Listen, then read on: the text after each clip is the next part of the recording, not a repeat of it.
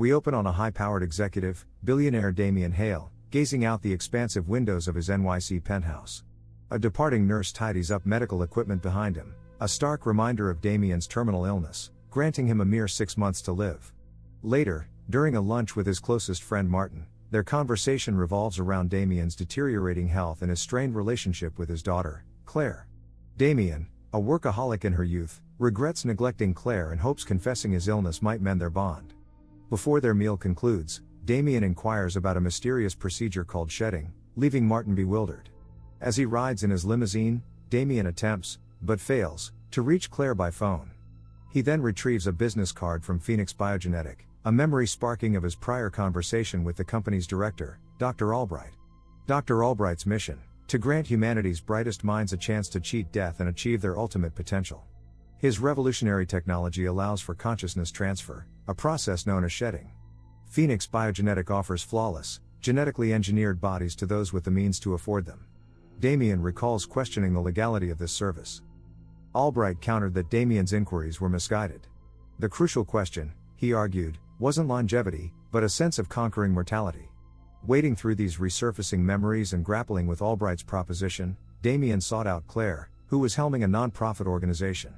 Driven by a desire to mend fences before his time ran out, he offered Claire a financial gift, withholding the truth about his illness.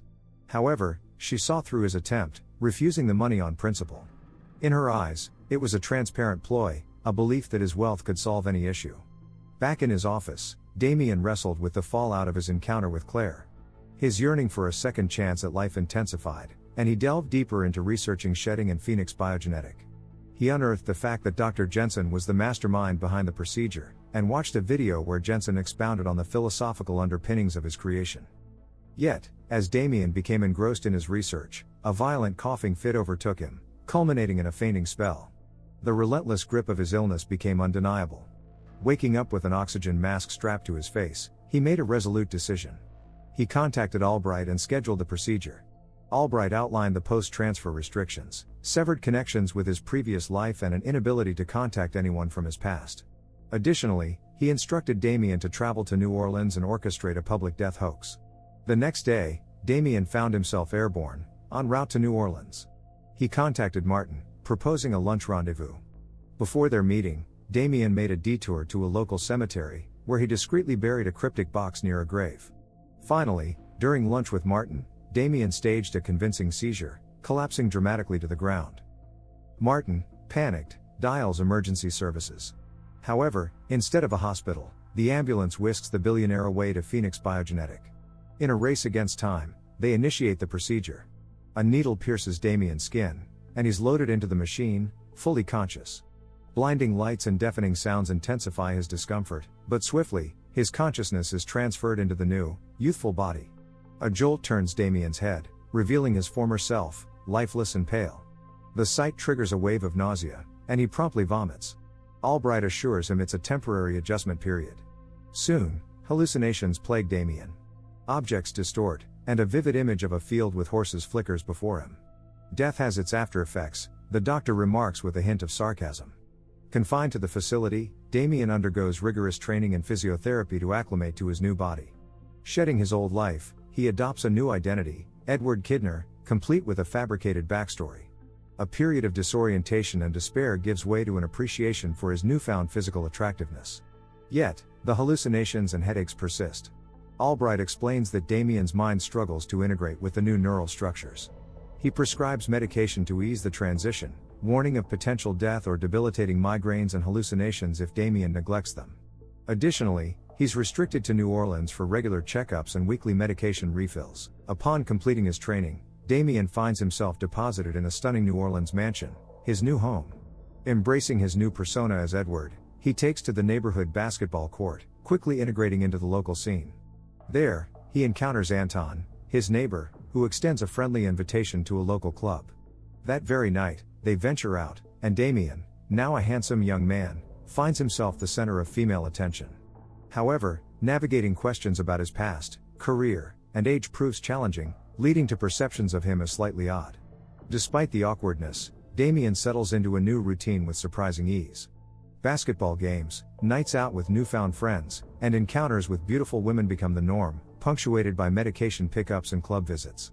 He savors the pleasures of his new life, yet a yearning for his daughter casts a shadow.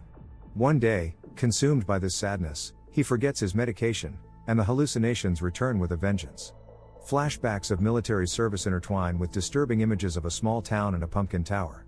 The intensity of the visions leads Damien to believe they're repressed memories. Seeking answers, he describes the hallucinations to Dr. Albright, who dismisses them as a mere confluence of past experiences and present emotions. In an attempt to divert his attention, the doctor offers him a Hawaiian vacation and doubles his medication dosage.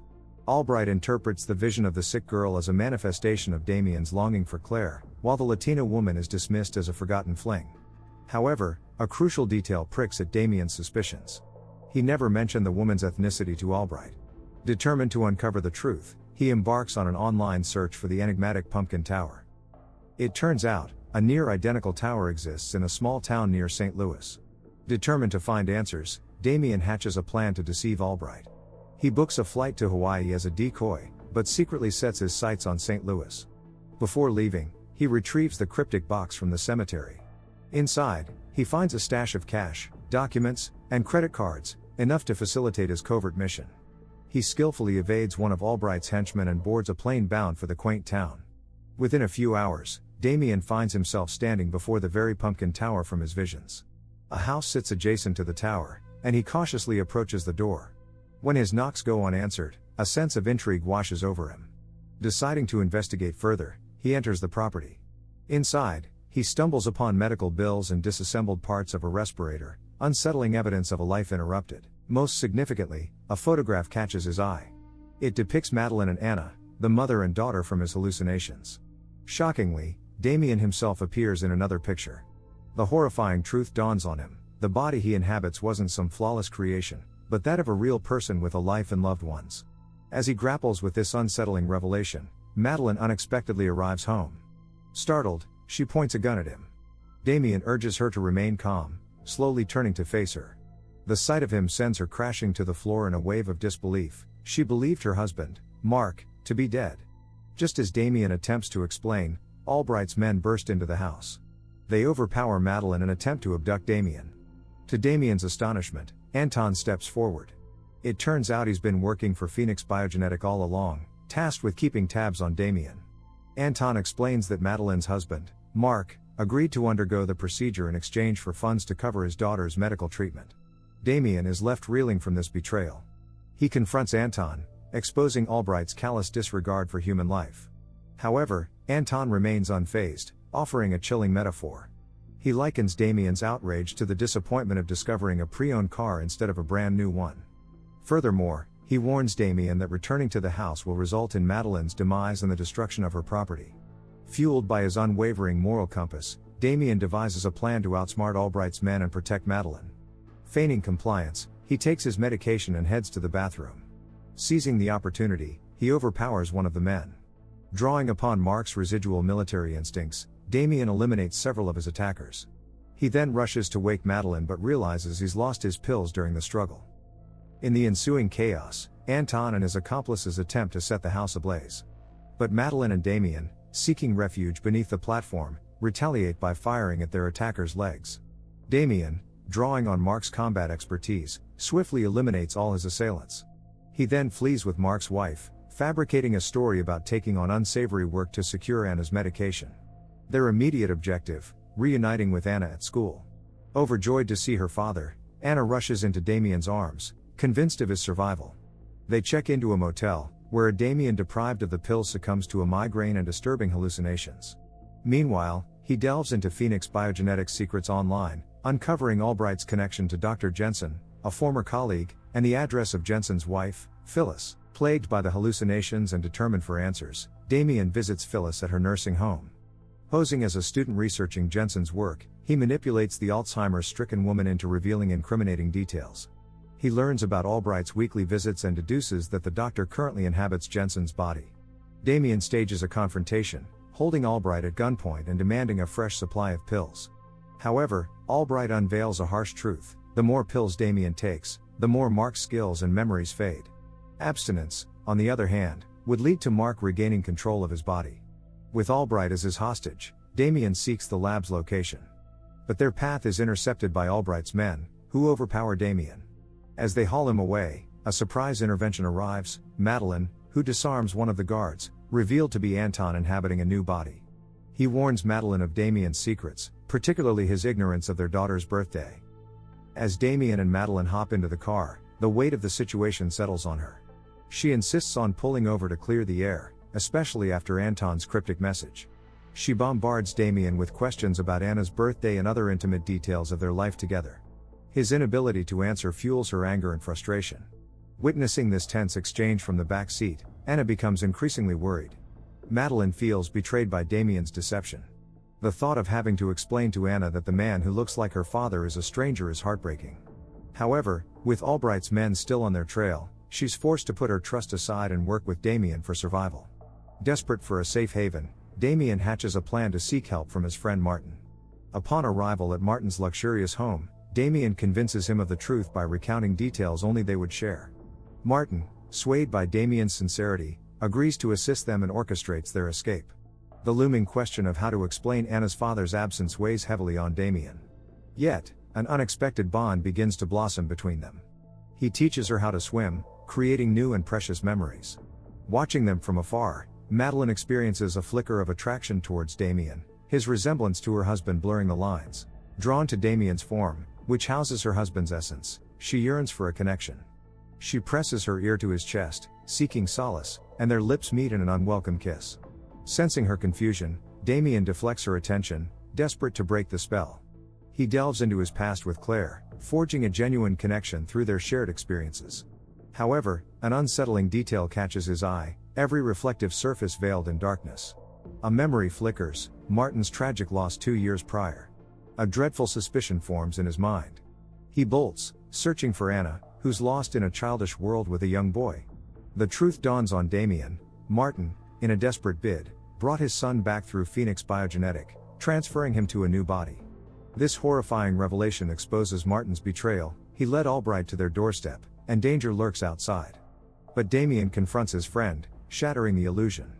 The child inhabiting a young form isn't a lab creation, he argues. It's a stolen life, another stolen child. Witnessing the horrifying truth, Martin undergoes a genuine change of heart. He guides Madeline and Anna to safety on foot, weaving through the woods, while Damien creates a diversion by taking a car. Damien soon finds himself embroiled in a high-speed chase with Albright's goons, culminating in a spectacular multi-car pileup. Emerging from the wreckage, Damien confirms the demise of his pursuers before heading towards the pre-arranged rendezvous point with Madeline and Martin, a diner. However, Martin arrives alone. He recounts how Madeline and Anna, venturing ahead in the forest, sought assistance from a passing vehicle. Tragically, it was Albright's men in disguise, who snatched them away before Martin could intervene.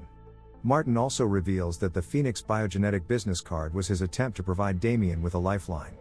Most significantly, Martin has cracked the formula for Albright's pills, allowing him to synthesize them independently.